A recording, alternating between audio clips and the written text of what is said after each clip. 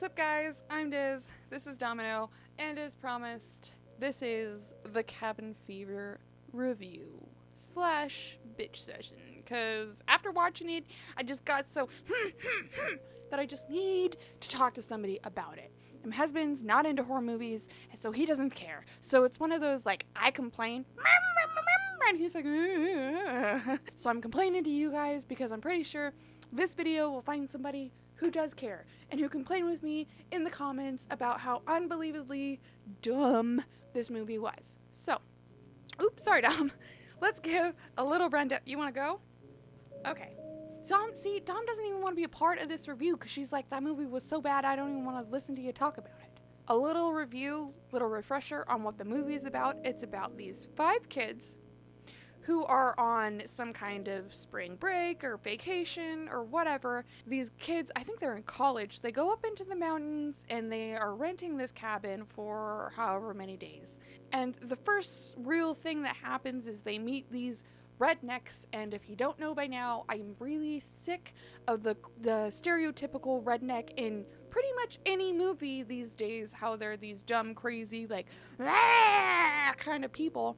Anyway, those are the people that they meet because, of course, one of the guys gets bit on the hand by this kid and he goes and washes his hand, which is like the first draw to the water because the water is where it's at. The water is the reason why all of this is going down, which it never really explains what the virus is, if it even indeed is a virus, or if it's like a parasite. Like, we don't even get to find out what the hell it is. This is like The Walking Dead, but worse, because we don't even know really what's happening to any of these people. Some people it affects way different than others. Some people it takes way longer to even show up or show any of the signs, while other people it's like, bam, they're showing signs. So it doesn't even fully make sense. So the kids all start, one by one, not dropping like flies, but like catching it like flies. So we get this guy who gets shot because, and if you don't know by now, the whole gun shooting thing really gets me too, because the media is making gun owners out to be these dumb people. So we get this kid who has this assault rifle and he's shooting shit like an idiot, which majority of gun owners are not like that. Could you quit painting us into a corner of being like that? Anyhow, he's randomly shooting shit and he shoots this guy completely on accident whose skin's falling off. And then I'm saying and then a lot, whatever. And then he runs away from him in fear, says he's gonna get him help, but he never even bothers trying to get the guy help. Like, I get it that you shot him, but he still needs help. Anyway, he shows up at their cabin and then pukes blood everywhere, gets lit on fire, and we don't even know until later, that in itself doesn't make sense. Whatever, we'll get to that. So then from there, one of the girls gets really emotionally upset about what happened, which if I saw or was a part of catching a guy on fire like that, I would be completely distraught too. So I feel for her. How some of the other characters just played it up all nonchalant. Like, what kind of heartless person are you? You aren't even like fully rounded, developed characters that we're watching.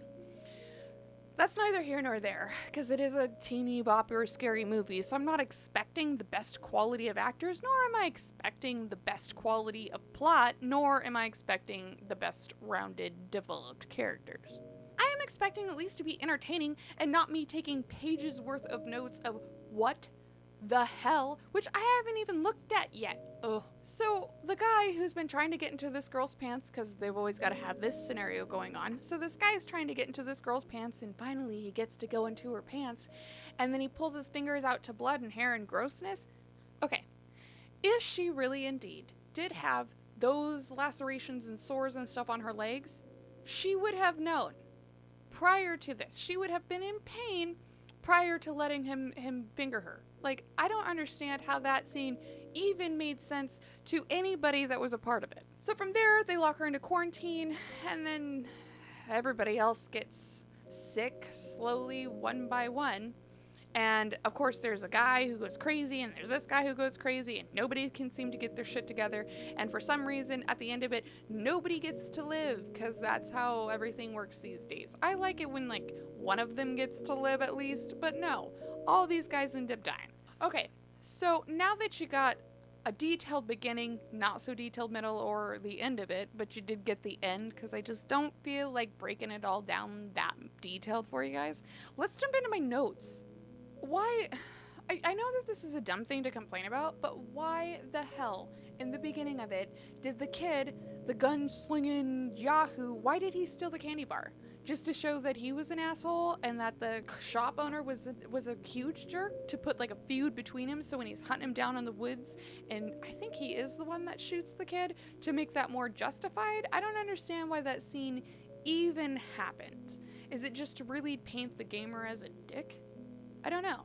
Because I got that he was a dick before he stole the candy bar. I got that he was a dick all the way through it because he was a dick. We didn't need a candy bar stealing scene that didn't actually mean anything or lead up to anything. It was just filler, which there was a lot of just filler in this movie.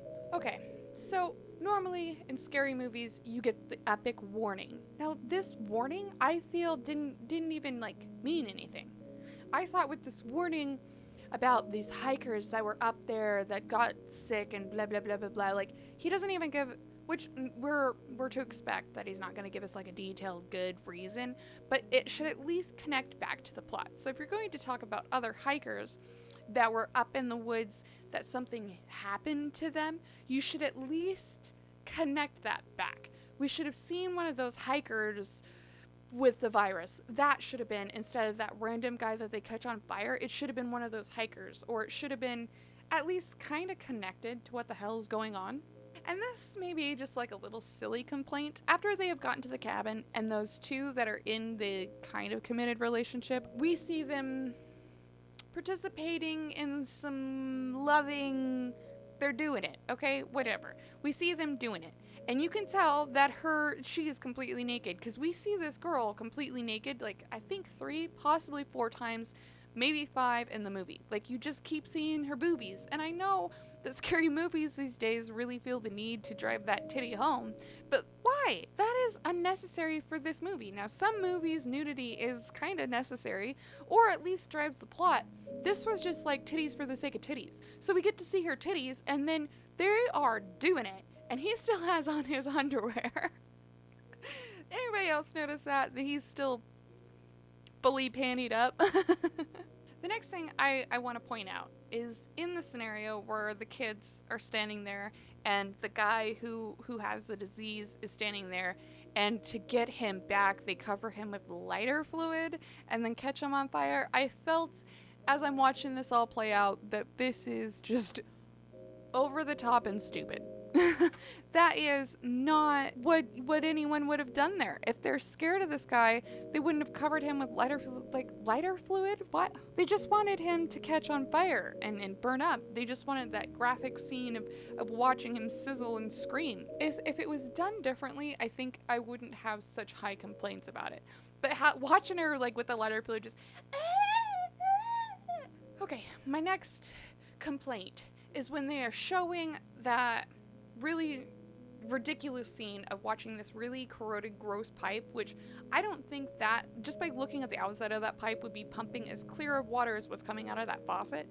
But you see the pipe coming from the lake and going straight into the house. No filter, no nothing. I have grown up out in the sticks, and that is just a weird way of getting your home water. Like, normally people have a well and pull their water from the well, which, yes, is also straight from the ground. But if you're pulling your water source from an open lake like that, the chances are high that you're getting some nasty water.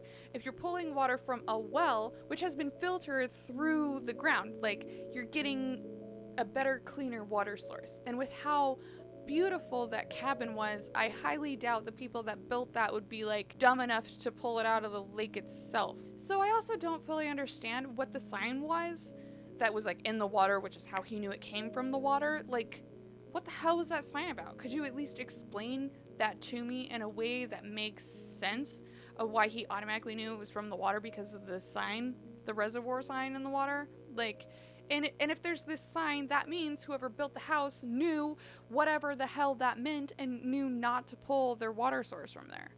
Or did who built the house get sick and die too? I don't fully understand, because if that's the case, how are they renting the cabin? Somebody has to own it to rent it. If a bank owned it, they're not going to rent it out. They're going to sell it. How does this play out? Who did they rent this place from?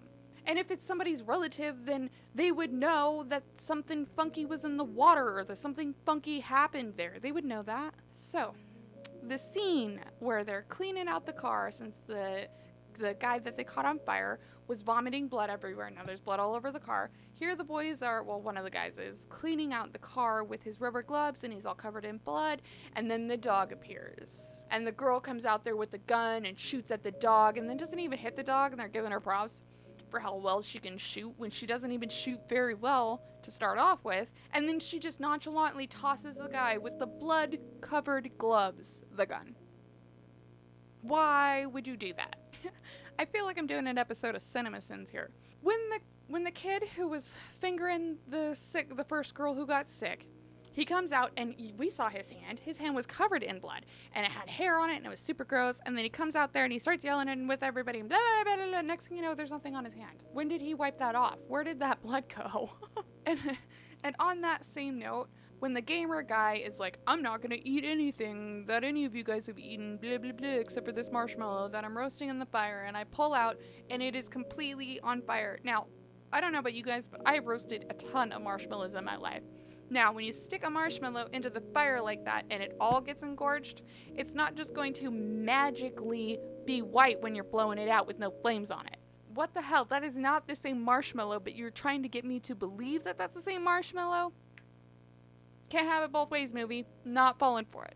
Now, this could be just because I missed it, but how did the booby girl get sick? I mean, she's one... We know how the blonde girl got sick because she was all nervous and drinking a lot of water. We know that the booby girl's boyfriend got sick because he puked and then rinsed his mouth out and got the water in his mouth. Okay, we know the gamer guy got sick because he drank some of the water when he was like, I'm not gonna drink or touch or do anything with anybody after the burnt marshmallow. It was right after the not burnt marshmallow.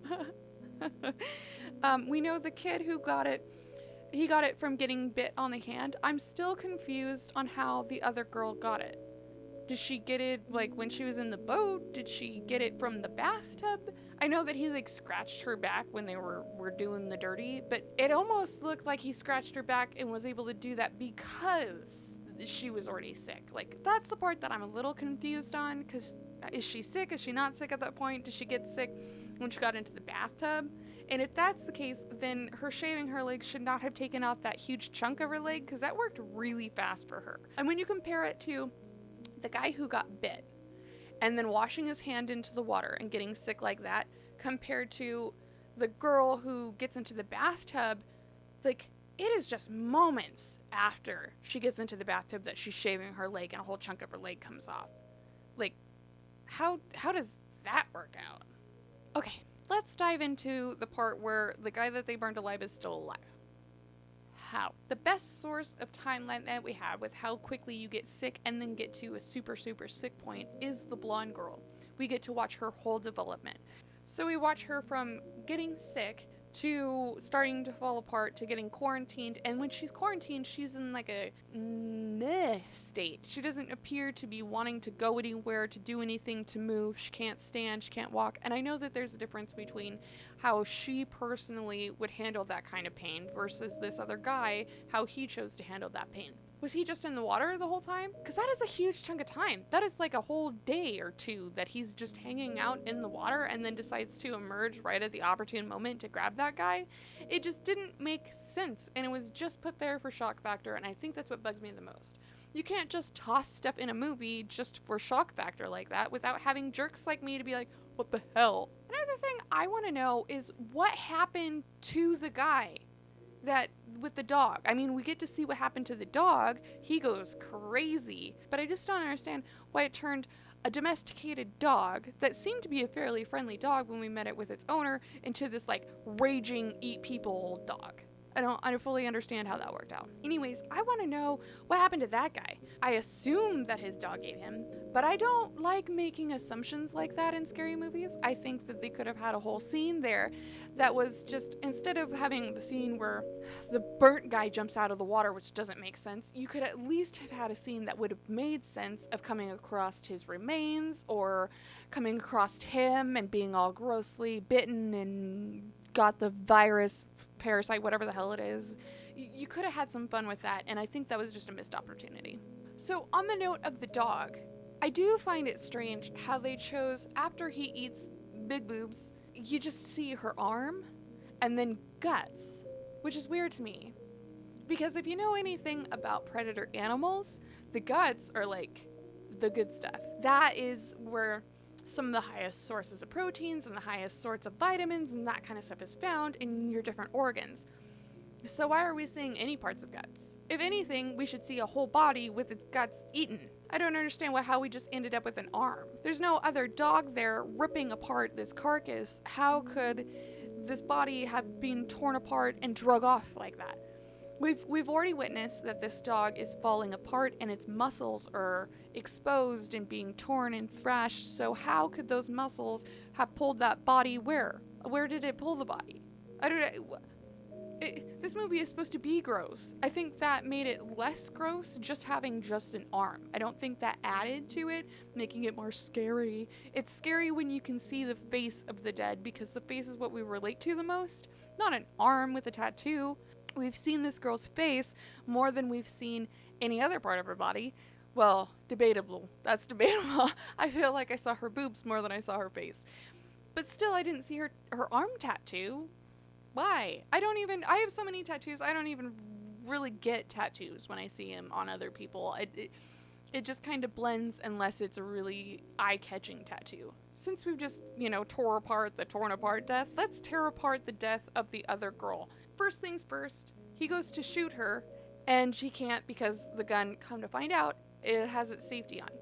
And then he decides that it's a good idea to take a shovel to her? What the hell? They spent all this time building us up so that we can see this loving relationship between these two, and all of a sudden he's okay with taking a shovel to her face? There is no way on this planet that I would feel comfortable taking a shovel to my husband's face. I don't care how much you're begging me, babe. I'm not going to cut your head off with a shovel or even attempt to cut your head off with a shovel. I know that there's more than likely no way in hell I can get that shovel through you to sever your head to put you out of your misery, let alone my mind would be like, I'm not fucking killing you, I'm going to get you help, even if he was begging me to kill him. On that note of that part doesn't make sense to me either, neither does the photos. At the very end of the movie, we see this girl randomly flipping through the blonde girl who gets burned alive's Facebook, and she sees the pictures of her legs and then sees the pictures of her face after it's got the shovel gone through it, and then she sees the picture of the guy. How did those pictures get taken? We saw a part where we can see the flashing, so we can see her taking pictures of what happened to her, but how did she take the pictures of herself with the fucked up face and him swinging the shovel? That would have been two different angles even. So I didn't see her pull out her phone and be like, oh, hold on, I need a selfie. Oh, wait, let me take a picture of you while you're swinging the shovel. That doesn't make sense. And the way that they were loaded doesn't make sense either, because he swung the shovel and got her face wrong, and then you see her face. I don't fully understand how that even happened. And did she load those while she was catching on fire? They said that it took a long time to get them to load to the internet. So the phone would have burnt up in the fire anyways. So I don't understand how that even got uploaded. And then later, when we get to see all of the cops and everything there, that shed that she was in looks like it didn't even catch fire. That whole shed should be gone. It was set up in a blaze. It should be non-existent, not smoking, and look partially, if at all, burned. Okay, let's get to the point where he is driving away and then randomly has a freak out moment and then goes off the road and wrecks a truck. What the hell? He didn't even freak out hard enough to be able to go off the road like that, for starters. And for second, I have had freak out moments in a car where I freak out and then I'm fine. How did he freak out so much that he went off the road? Wouldn't he have had freaked out and then been like, I need to go? He's already been shown to be the one that can handle the situations and try to move forward. So he's the one that smashed the base. Like, how can he not just shit my hand? I gotta get help. And then the truck blows up? God damn it. No. No. No, movie. No. You don't get to have trucks just randomly blow up. This is not one of those... Who's the guy that made Transformers? Michael Bay? Whatever his name is. This is not one of those heavily explosive kind of movies. This is a blood, guts, and gore movie. When you hit your truck into a tree, not very hard, your car's not going to blow up. That's not even realistic. Alright, guys. Thank you for letting me get up all this pent-upness from that ridiculous movie that really just sucked. Anyhow, if you guys have seen the movie and liked it, go ahead and defend it down on in the comments. I would love to hear what you have to say. If you agree with me on that side of how ridiculous this movie was and I left something out that really just got your goat, go ahead and put that down in the comments below as well. And as always, if you like this video, hit that like button. If you like me, hit subscribe, turn on notifications so you don't miss the next one. If you like my dog, because she opted out being in this video and listening to me complain with high moving hands, she could feel it was going to be one of those. So you can follow her on Instagram at Just Having a Bad Day. And as always, thank you for watching. Bye. Right? I don't know if you guys can hear her down there, but she's moaning. Been purified-ish through... I just spit on my mic. So we watch her from getting sick